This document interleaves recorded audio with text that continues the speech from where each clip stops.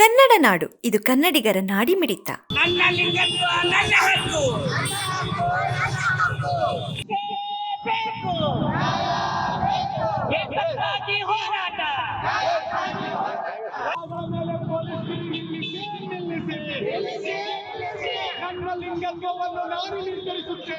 ಎಲ್ಲರಿಗೂ ನಮಸ್ಕಾರ.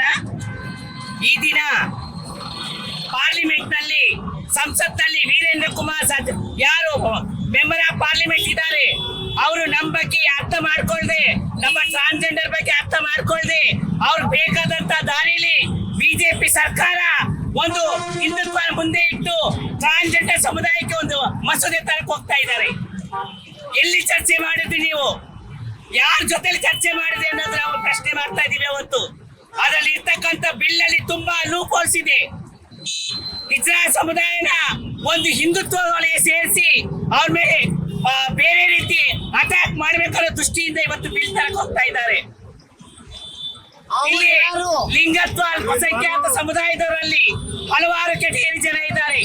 ಟ್ರಾನ್ಸ್ ಮೆನ್ ಸಮುದಾಯ ಬಿಟ್ಟಿದ್ದಾರೆ, ಟ್ರಾನ್ಸ್ ವುಮೆನ್ಗಳನ್ನ ಬಿಟ್ಟಿದ್ದಾರೆ, ಬೇರೆ ಬೇರೆ ಐಡೆಂಟಿಟಿಯಲ್ಲಿ ಬೆಲೆ ಇಲ್ಲ, ಡೆಫಿನೇಷನ್ ಅಲ್ಲಿ ಅವರೆಲ್ಲ ಬಿಟ್ಟಿದ್ದಾರೆ, ಬೇರೆ ಬೇರೆ ಡೆಫಿನೇಷನ್ ಎಲ್ಲ ಬಿಟ್ಟಿದ್ದಾರೆ.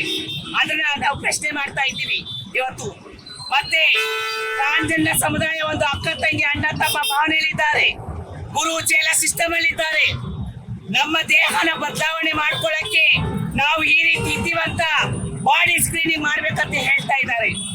ಎಲ್ಲಿ ಮೆಡಿಕಲ್ ಆಫೀಸರ್ ಹತ್ರ ಹೋಗಿ ಬಾಡಿ ಚೆಕ್ಅಪ್ ಮಾಡಿಸ್ಬೇಕು, ಅವ್ರ ಕೊಡ್ತಕ್ಕಂಥ ಸರ್ಟಿಫಿಕೇಟ್ ತಗೊಳ್ಬೇಕು, ಅದು ಜಿಲ್ಲಾಧಿಕಾರಿ ಅಥವಾ ಜಡ್ಜ್ ಮುಂದೆ ನಿಂತ್ಕೊಂಡು ನಾವು ಟ್ರಾನ್ಸ್ಜೆಂಡರ್ ಅಂತ ಗುರುತಿಸ್ಕೊಳ್ಬೇಕಂತ ಮಸೂದೆ ತರ್ತಾ ಇದ್ದಾರೆ. ಇವತ್ತು ಟ್ರಾನ್ಸ್ಜೆಂಡರ್ಸ್ ಈ ತರ ಮಾಡೋದ್ರಿಂದ ಮಹಿಳೆಯರು ಅದೇ ತರ ಸರ್ಟಿಫಿಕೇಟ್ ತಗೊಳ್ತಾರ, ಗಂಡಸರು ಅದೇ ತರ ಸರ್ಟಿಫಿಕೇಟ್ ತಗೊಳ್ತಾರ ಅಂತ ಪ್ರಶ್ನೆ ಮಾಡ್ತಾ ಇದ್ದೀವಿ ಇವತ್ತು. ಅದಲ್ಲದೆ ಟ್ರಾನ್ಸ್ಜೆಂಡರ್ಗಳು ತಮ್ಮ ದೇಹನ ಬದಲಾವಣೆ ಮಾಡ್ಕೊಳ್ಳೋದು, ಅವರ ಮಾನಸಿಕ, ಅವರ ಭಾವನೆ ಮೇಲೆ ಆ ದೇಹಗಳ ಬದಲಾವಣೆ ಮಾಡ್ಕೊಳ್ತಾರೆ. ಅದನ್ನ ಖಂಡಿಸಿ ಇವರು ಬಿಲ್ ತರ್ತಾ ಇದ್ದಾರೆ. ಯಾರಾದ್ರೂ ಬಲವಂತವಾಗಿ ನಿಮ್ಮ ಸರ್ಜರಿ ಮಾಡಿಸ್ತಾರೆ ಅಂತ ಒಂದು ಕಂಪ್ಲೇಂಟ್ ಬಂದ್ರೆ ಸಾಕು, ಅವನ್ನ 10 ವರ್ಷದಿಂದ 15 ವರ್ಷ ಜೈಲಲ್ಲಿ ಇರ್ತೀನಿ ಅಂತ ಹೇಳ್ತಾ ಇದ್ದಾರೆ. ಮತ್ತೆ 5 ಲಕ್ಷ ರೂಪಾಯಿಗೂ ಜುಲ್ಮಾನೆ ಕೊಡ್ಬೇಕು ಅಂತ ಹೇಳ್ತಾ ಇದ್ದಾರೆ. ಇವತ್ತು ಅಕ್ಕ ತಂಗಿ ಬಾರೆಲ್ಲ ಬಿತ್ತೀವಿ, ಎಲ್ಲಾರಲ್ಲೂ ಜಗಳ ನಡೆಯುತ್ತೆ, ನಮ್ಮಲ್ಲೂ ಜಗಳ ನಡೆಯುತ್ತೆ. ಸುಮ್ಮನೆ ವಿನಾಕಾರಣ ಕಂಪ್ಲೇಂಟ್ ಮಾಡಿದ್ರೆ ಈ ಬಿಲ್ ಮಸೂದೆ ಏನ್ ವೀರೇಂದ್ರ ಕುಮಾರ್ ಟೇಬಲ್ ಮಾಡಕ್ ಹೋಗ್ತಾ ಇದೆ, ಅದು ವಾಪಸ್ ತಗೋಬೇಕು. ಅದು ವಾಪಸ್ ತಗೋಬೇಕು. ನಮ್ಮ ಜೊತೆಯಲ್ಲಿ ಬಂದು ಕುತ್ಕೊಂಡು ಚರ್ಚೆ ಮಾಡ್ಬೇಕು.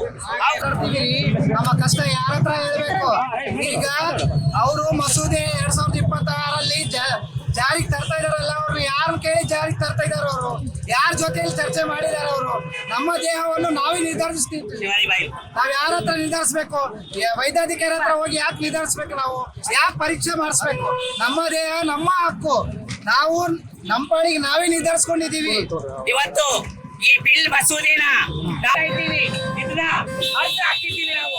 ಇದು ಇಲ್ಲಿಗೆ ನಿಲ್ಸಿದ್ರೆ ಸರಿ, ದೇಶಾದ್ಯಂತ ಹೋರಾಟ ಮಾಡ್ತೀರಾ ಅಂತ ಎಚ್ಚರಿಕೆ ಕೊಡ್ತಾ ಇದ್ದೀವಿ.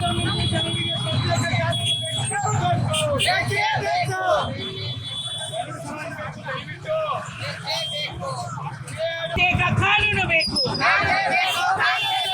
ದೇಹಗಳ ಮೇಲೆ ಪೊಲೀಸ್ ಗಿರಿ ನಿಲ್ಲಿಸಿ. ಸಬ್ಸ್ಕ್ರೈಬ್ ಮಾಡಿಕೊಳ್ಳಲು ಕೂಡಲೇ ಪಕ್ಕದಲ್ಲಿ ಕಾಣುವ ಬೆಲ್ ಐಕಾನ್ ಕ್ಲಿಕ್ ಮಾಡಿ ನೋಟಿಫಿಕೇಶನ್ ಪಡೆಯಿರಿ.